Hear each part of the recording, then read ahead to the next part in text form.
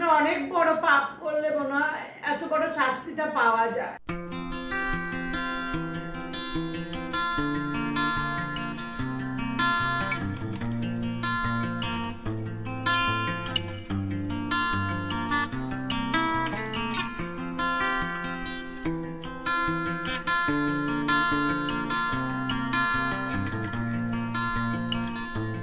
আজ সকাল সকাল বাজারে গিয়েছিলাম, বাজার থেকে বাজার করে নিয়ে চলে এসে ব্রেকফাস্টও খেয়ে নিয়েছি। তারপর তোমাদের সামনে আসছি। এটা ওলটাকে বয়েল করে নিচ্ছি। আর মেয়ে বলেছিল দেশি ট্যাংরা মাছ আনবে মাম্মাম, খেতে ইচ্ছা করছে, তো দেশি ট্যাংরা মাছ, দেশি কাতলা আর কিছুটা চিংড়ি মাছ নিয়ে এসেছি। শুভ সকাল বন্ধুরা, আশা করছি তোমরা সবাই খুব ভালো আছো, আর আমি আছি আগের থেকে অনেকটা ভালো। তবে গলাটা একটু খারাপ, তোমরা বুঝতেই পারছো। যাই হোক বন্ধুরা, তোমাদেরকে ছেড়ে আর আমি থাকতে পারছি না।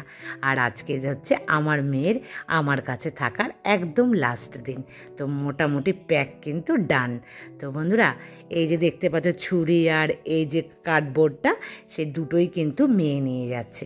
আমার বিশেষ কাজেই লাগে না, তোমরা দেখেছো আমি একদমই পারি না।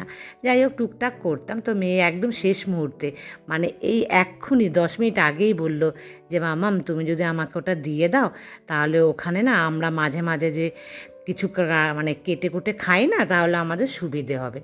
তাই আমি বললাম ঠিক আছে, এই মুহূর্তে তো আর কেনা যাচ্ছে না। তখন বললো তাহলে তুমি ওটা দিয়ে দাও। আমি বললাম আচ্ছা ঠিক আছে, নিয়ে নে, আমার যদি দরকার হয় তো আমি এখান থেকে কিনে নেব। মেয়েরা যে হোস্টেলের স্ল্যাবসের মধ্যে কাটে না, ওখানটা না ভালো পরিষ্কার করা থাকে না, ধুয়ে মুছে নিতে হয়। তো এটা থাকলে ওরা কিন্তু ওপরে গিয়ে তখন নিজেদের মতন যখন লাগবে কেটে নেবে। জিরে, শুকনো লঙ্কা আর তেজপাতা, এই 3টে ফোড়ন দিয়ে কিন্তু আমি আদা জিরে বাটা দিয়ে নিরামিষভাবে করি ওলের ডালনা। আমি কিন্তু পেঁয়াজ রসুন এর মধ্যে একদমই দিই না। আর এই যে দেশি ট্যাংরা মাছ, এটাও কিন্তু আমি একদম নিরামিষভাবে বানাই। জ্যান্ত মাছের বলে না পাতলা ঝোল, মেয়ে তো ভীষণ পছন্দ করে। দেখো রান্না হয়ে গেছে, শাপলা এটা পেঁয়াজ দিয়ে করেছি। আর যে ওলের ডালনাটা দিয়ে করেছি, সমস্ত চিংড়ি কিন্তু নিচে চলে গেছে। আর এটার মধ্যে হচ্ছে আলু বরবটি দিয়ে একটা পাতলা মতন ঝোল। আর বন্ধুরা এক টুকরো ইলিশ মাছ দেখছো না, কালো কালো পুড়ে যায়নি, এর মধ্যে একটু মশলা দিয়ে মেখেছিলাম। তারপরে একদম চলে এসেছি কিন্তু সন্ধেবেলাতে। তো কাল মেয়ে চলে যাবে, তো আমি রাতেবেলা না একটুখানি পায়েস বসাচ্ছি। মানে মেয়েও না পায়েস খেতে ভীষণ ভালোবাসে, মানে আমার হাতে। মেয়ে বলে মামা মামি আর তিপন্না জানো তো ওখানে পায়েস বানিয়েছি, কিন্তু তোমার মতন টেস্টি হয় না। আমি বলছি আমার মতন টেস্টিও তো এখনও অনেক বছর লাগবে, আমি তো প্রায় 20-21 বছর সংসার করলাম, তারপরে আমার এসে গিয়ে এখন দাঁড়াচ্ছে এরকম। তাহলে তোমাদেরও সংসার বেশ অনেক দিন যখন হবে, তখনই তোমরা অত সুন্দর বানাতে পারবে। যাই হোক বন্ধুরা, আমি পায়েস মানে আমার এই হাতের যে পায়েস, আমার হাজব্যান্ডও কিন্তু ভীষণ পছন্দ করে। আর মিল্ক মিটটা দিয়ে না আমি করে নিচ্ছি। কী হয়েছে বলো, মিল্ক মিট বাঁচিয়ে রেখে কী করব, ও চলে গেলে আমি কিন্তু আর বিশেষ খাবো না। আর এই দেখো মেয়ে আমায় হেল্প করছে, শরীরটা যে খুব একটা ভালো তা নয়। মেয়ে বললো দাও আমি ময়দাটা মেখে দিই। তবে ময়দাটা কিন্তু এখন আমি ব্যবহার করছি না বন্ধুরা। এই দেখো পায়েসটা একটু ঠান্ডা হয়েছে, তোমাদেরকে দেখাচ্ছি, সকাল হতে আরও ঠান্ডা হয়ে যাবে। আর বন্ধুরা এখন কাক ভোর, আমি কিন্তু অনেক ভোরে উঠেছি, এটা মানে পরের দিন সকাল। তো আমি উঠেছি কারণ মেয়ে চলে যাবে একটু পরে। রান্না করছি, কি রান্না করছি, ওই যে দেশি কাতলা এনেছিলাম না, আগের দিন আর করিনি, এখন আমি রান্না করব, মানে মেয়ে খাবে, আবার একটু মেয়ের জন্য কিন্তু স্টেশনে আমি নিয়ে যাব। তো আলু আর পটল দিয়ে একটা পাতলা মতন কিন্তু আমি কাতলা মাছের ঝোল বানাচ্ছি। আর উঠেছি কটায় বলো, তখন 4:30। এখন কিন্তু 5:10-15 বাজে, আর বাইরে কিন্তু বেশ আলো হয়ে গেছে। আর গ্যাসটা একটু আমি মুছে নিয়েছি, যেহেতু মাছ রান্না করেছি। তারপর দেখো আমি বসিয়ে দিচ্ছি কি কি রান্না, প্রচণ্ড উটোপাটা। এই যে ডিম বয়েল বসিয়েছি, এটা কিন্তু মেয়েকে আমি দিয়ে দেবো, মেয়ে খাবে না, মানে ট্রেনের জন্য। আর মানে ঝটপট যেটা খেতে মেয়ে ভালোবাসে, একটু কুমড়ো মানে ভাজা বসিয়েছি। আর এই দেখো ময়দা মেখে রেখেছিলো মেয়ে আগের দিন রাতে, ওটা ফ্রিজ থেকে কিন্তু ঘুম থেকে উঠেই আমি বার করে রেখেছিলাম, কারণ ওটা দিয়ে হবে এখন পরোটা। আর পরোটা খেতেই না বেশি ভালোবাসে দেখলাম। ওর বাবা তো ভীষণ ভালোবাসে লুচি, না যেহেতু ডিপ ফ্রাই হয় সেই কারণে ওর বাবা একদম ভালোবাসে না। মেয়েও বলছে যে না অত তেল দিয়ে ভেজো না, অল্প অল্প তেল দিয়ে ভাজো। আর বন্ধুরা আমি কিন্তু পরোটা খুব কম তেলে ভাজার চেষ্টা করি, তবে ময়দা খুব ক্ষতিকর জানি, তবে মেয়ে কিন্তু আটার পরোটা একটুও খেতে চায় না। সেই জন্য কিন্তু সবসময় পরোটা বানালেই ঘরে ময়দা দিয়ে পরোটা হবে। আর ময়দার পরোটা খেতে অবশ্যই টেস্ট, আর আমার ঘরে খুব একটা হয় না পরোটা বা লুচি, তোমরা দেখতেই পাও ওর বাবা বা মেয়ে আসলে তখনই কিন্তু হয়। আমি কিন্তু দেখবে ময়দা ময়দার পরোটা একা থাকলে একদমই কিন্তু খাই না, মানে খুব কম। তোমরা দেখো বন্ধুরা, আমি কিন্তু খুব কম তেলেই করার না চেষ্টা করি। এটাকেই উল্টে পাল্টে বারবার দিয়ে দিয়ে তারপরে কিন্তু আমি পরোটাটা বানাই। খুব বেশি তেল খাওয়া তো মানে শরীরের জন্য ঠিক নয়। আর এই দেখো সকাল সকাল উঠে খুব ব্যস্ত কিন্তু আমি। এই দেখো মেয়ের না ভাতও বেড়ে দিয়েছি। এখন কটা বাজে বলো তো? এই বাজে কিন্তু 6:30 মতন সকালবেলা। তো যাই হোক দিয়েছি, মেয়ে খেতে পারবে না আমি জানি, তবু মায়ের মন তো একটু ভাত দিলাম। মেয়ে বলছে এত সকালে আমি ভাত খাবো না। আর এই যে ভাতটা প্লেটে দেখছো, এটা কিন্তু প্যাক করে নিয়ে যাব। যাই হোক বন্ধুরা, এই যে পায়েস রাতের 2 প্লেটে আছে না পরোটা, একটা মেয়েকে দিয়ে দেবো ট্রেনের জন্য, আর একটা হচ্ছে আমি মেয়ে আমরা খাবো আর কি স্টেশনে। তারপর দেখো আমি তাড়াহুড়ো করে স্নান করে একদম চলে এসেছি কিন্তু পুজো দিতে।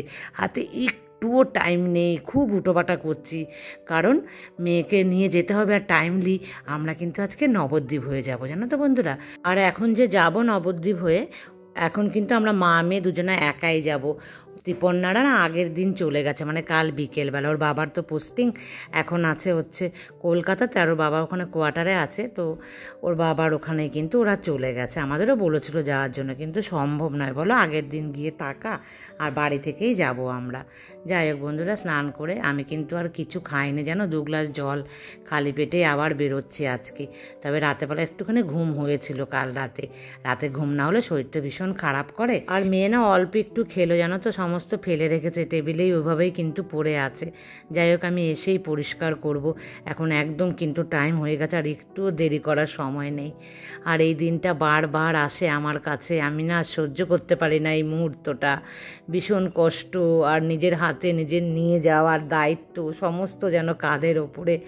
আমি যেন এই সময়টা না নিজেকে একদম সামলাতে পারি না, মন শক্ত রেখে আমাকে সামলাতে হয়, মেয়েকে ছাড়তে যেতে হয়। কি কঠিন যে এই কাজটা, এই দিনটা আসলে না এই মুহূর্তটা আমার জন্য কিন্তু অনেক কঠিন বন্ধুরা।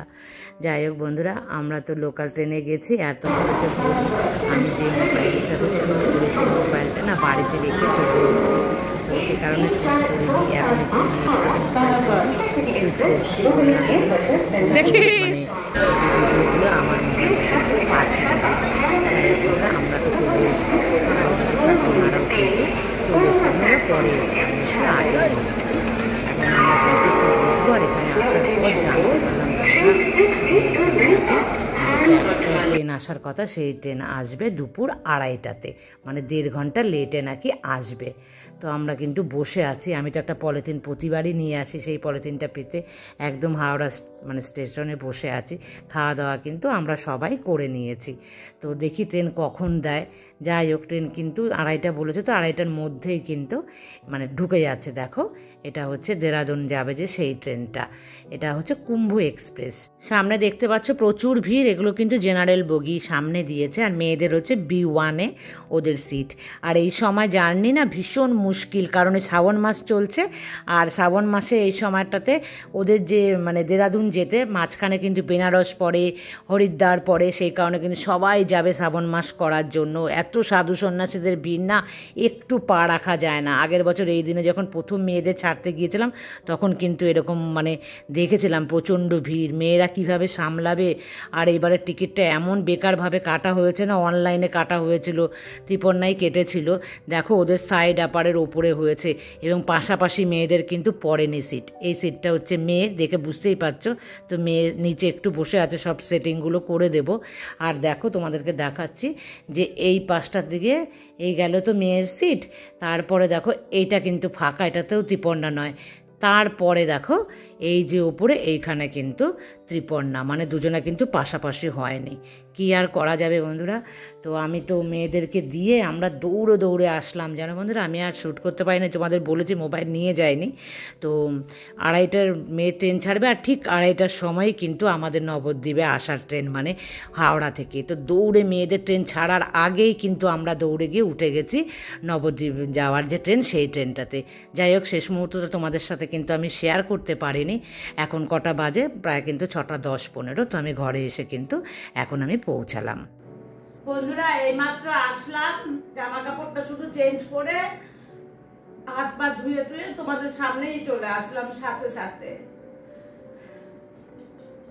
জীবনে অনেক বড় পাপ করলে মনে হয় এত বড় শাস্তিটা পাওয়া যায়, তো এই শাস্তিটা আমি পাচ্ছি বন্ধুরা।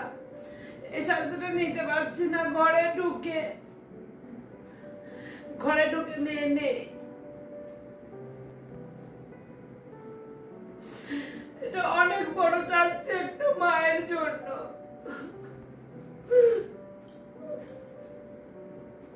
আমি নিতে পারছি না আমার মেয়েকে ছেড়ে। কত কষ্ট হচ্ছে এখন মনের মধ্যে। প্রায় 2.5 মাস থেকে গেল, তো আমি পারছি না থাকতে, অনেক কষ্ট হচ্ছে এই মুহূর্তে। কয়েকদিন শরীর খারাপ ছিল, তো একদমই তোমাদের কাছে আমি ভালোভাবে কিন্তু ভিডিও দিতে পারিনি। তো কাল থেকে কন্টিনিউ করবো সমস্ত ভিডিও। মনের দুঃখ মনেই থাকবে বন্ধুরা। মেয়েকে তো যেতে দিতেই হবে। আমার মতো দুর্ভাগ্য কপাল নিয়ে কেউ থাকো না। অনেক কষ্ট আমার এই জীবনে। তোমরা হয়তো অনেকটা সুখ দেখতে পাও আমার কাছে, কিন্তু আমি অনেকটা সুখী না। আমার জীবনটা অনেক কষ্টের বন্ধুরা। এরকম জীবন যেন কারো না হয়।